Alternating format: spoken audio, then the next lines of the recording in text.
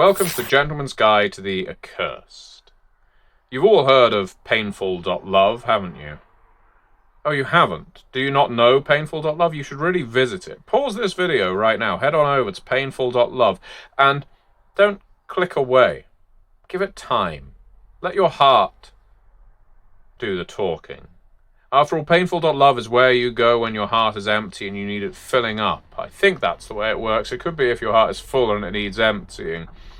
I do know that painful.love, or at least I've heard that painful.love was crafted, designed by one individual who was desperate for affection, who poured all of their heartache and heartbreak, misery, longing, obsession, narcissism, hunger into that website, so-called dating site, and then they just vanished off the face of the earth. Whether that rumor is true, or whether it manifested spontaneously as a result of all of those emotions being poured into the dating sphere, I cannot say.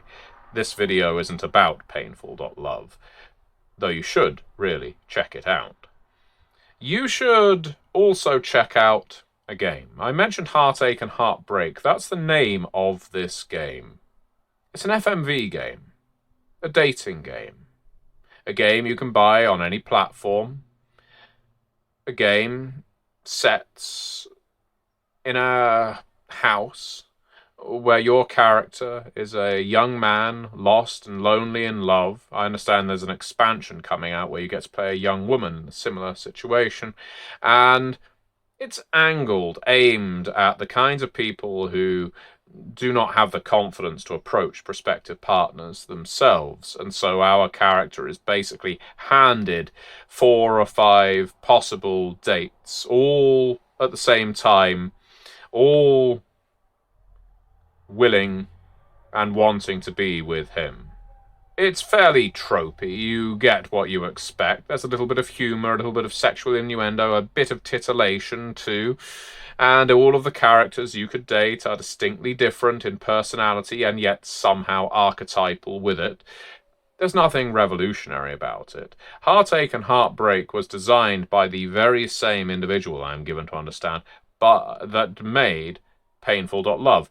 But before painful.love. It was almost like a test run. Before wanting to connect people to romance, he decided he would simulate it with this game. Now, this game at surface level, as the vast majority of players have discovered, is nothing terribly revolutionary. It is a bit of fun, something you can riff on with your friends. But there are all kinds of hidden options.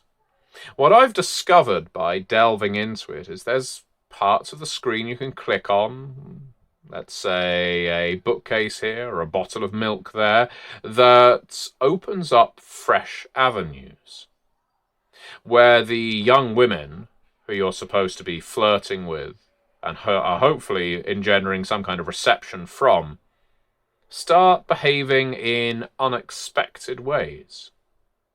I heard of one young man, much younger than myself, who was trying to court one of the harder to achieve targets in this game. A girl who had a tragic history of being trapped in a cellar for something like 21 years of her life.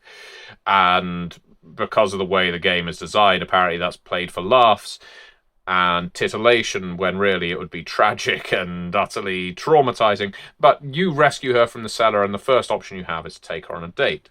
You take her on a date. Now, if you choose, as this young man did, some of the more obscure options, and then start ignoring the options and start typing in responses.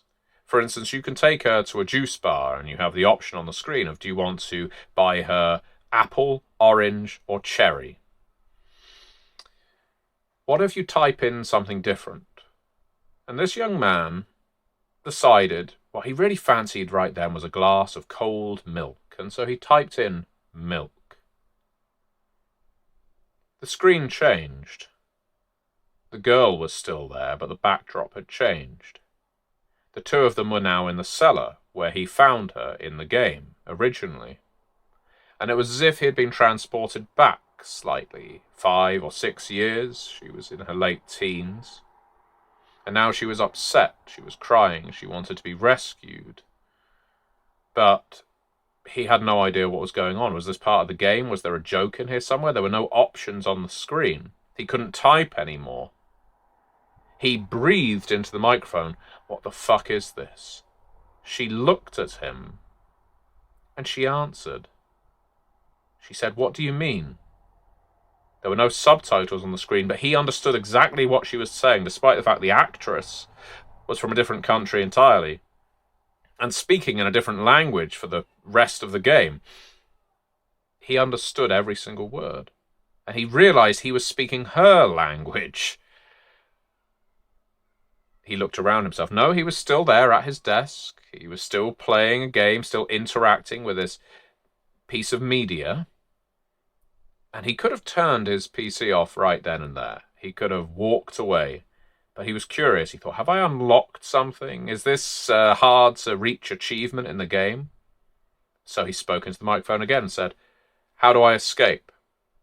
And she said she had been looking for an escape for years, that there was a young man she was destined to meet one day, and that she was sure by this point that the only way she was ever going to find her way out was if he came for her. And she asked, "Are you him?" And he said, "Yes, it's me." And the look of relief on her face was so profound. She held him, and it felt for a moment like he was holding her, despite the fact he was still sat at her desk, at his desk. It did feel like it had suddenly become her world instead of his. And he said, "I'll take you to the door. I'll take you away from here. I'll get you out of this place." She followed him. The camera moved in the game now. It was a moving camera. Heading up the steps of the cellar, the door opened. The screen went white. And they were back to the main menu. He sat back and thought, this is strange. What was that supposed to be? When I encountered her in the cellar earlier, when I was playing the game with the choose-your-own-adventure stuff, it was all very light-hearted. It was, ha ha ha, I've been trapped down here for the last 21 years. Your parents have been feeding me. Ha ha ha ha ha. But now it was like something out of a horror movie. And he was disturbed. He turned the PC off. He went downstairs to get himself a drink. And wouldn't you know who he discovered drinking the milk out of the fridge? He swears the girl had entered this world. He fainted. Oh, he fainted. He saw her and he fainted. And when he was found by his parents, because he still lived with them at the time, he kept saying, "Have you seen the girl? Where's the girl?"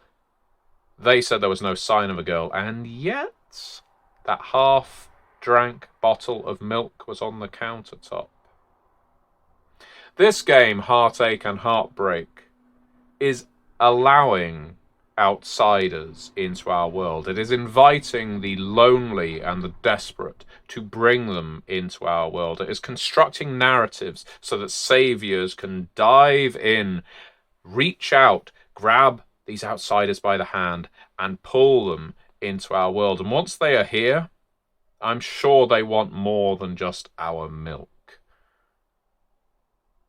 So if you pick up a copy of Heartache and Heartbreak, do enjoy it. Don't click off any of the options. Don't speak into the mic while you're playing. Do not type things that are not on the screen. Things can take a turn. Heartache and Heartbreak is just a curse in game form, of which there are increasingly many. Thank you very much for watching.